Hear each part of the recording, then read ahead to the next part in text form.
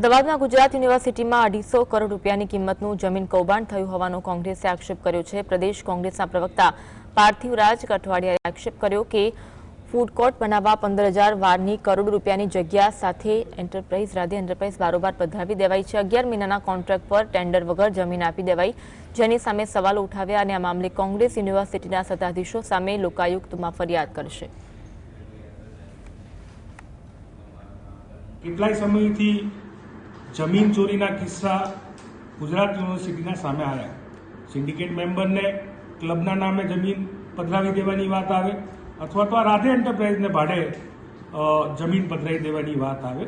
मने एवुं लागे छे के जे कॉमन एक्टनो काळो कायदो आव्यो तो एने वारंवार कीधुं हतुं के आ लोको कॉमन एक्टनो कायदो लावीने युनिवर्सिटीओनी जमीन वेचवा मांगे छे ते आ बधा निर्णयोथी फलीफूट थाय छे। જોઈ શકો છો કે માત્ર એક પત્રના આધારે ગુજરાત યુનિવર્સિટીએ 15,000 વાર જગ્યા ભાડે પેટે પધરાવી દીધી।